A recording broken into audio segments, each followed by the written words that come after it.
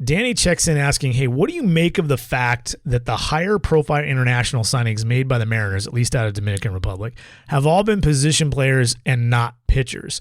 And in the last several years, they've obviously acquired most of their prospect pitching depth through the amateur draft and specifically from the college ranks. Does this approach, buying position players abroad and focusing on college pitchers in the U.S., seem unique to Seattle, and do you think we'll see it shift in the coming years? Two thoughts here. One, the international markets are tiny compared to the domestic draft. We have to remember that. Tiny. Even if we included the Asian market, which is handled a lot differently. They're microscopic in size. So you take what you can get, really. Lately, over the last several years, there have not been many arms at all. Go back several years, and the top prospects coming out of Dominican, coming out of Venezuela, are predominantly position players, and it's by an overwhelming margin. So it's not Seattle, it's the class strengths.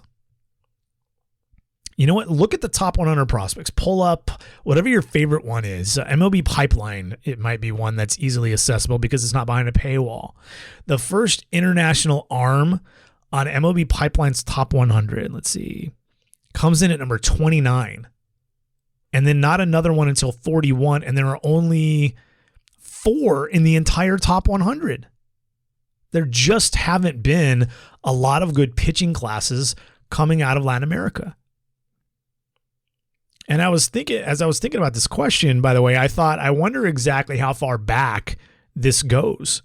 So I went to Fangraphs and I sorted by 2019 to 2021 pitching, and then I sorted by wins above replacement. Actually, let's just go by 2021. Julio Urias is the only international signing in the top 10 from last year. The first Lat-Am kid is Sandy Alcantara of the Marlins. There are only 5 Latin American arms among the 38 starting pitchers who qualified. It's just the trend in talent right now, man. It just is. It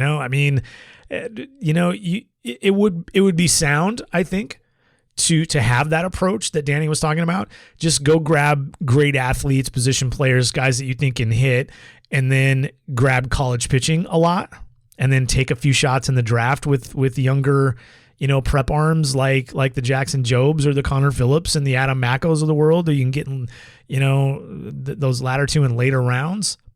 It would be a sound philosophy, certainly. The one thing you'd be able to do with those college pitchers is you'd eliminate some of the risk, not just in performance, but in injury. You get a college kid who gets to 21 years old without having a significant injury. I mean, that's a good sign. It also gives you the opportunity to not just see him perform, but see him grow. Now you have to guess less on what the physical makeup is going to be. What's the point I always make about kids that are 15, 16 years old? They are never going to change more than they will between like 16 and 21.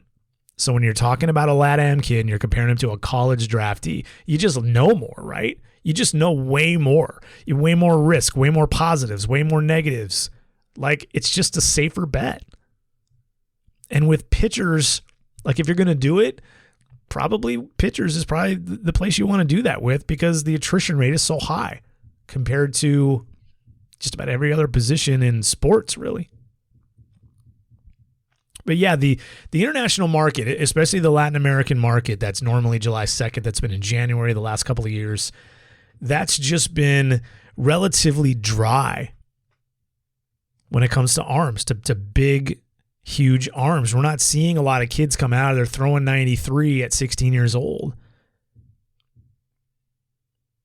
We think of all the guys over the years, and sadly we've lost a couple of them in Yordan Ventura and Jose Fernandez that would still be stars in the game today. Certainly would have been on that list that I sorted out from 2021. That's how good they were.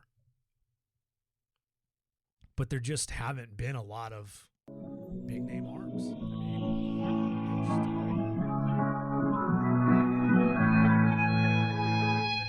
Hey, it's Jason Churchill. To get the full episode, as well as every other episode of the podcast, past and future, subscribe for as little as $5 per month by going to bit.ly/getthepod. That's bit.ly/getthepod, all one word.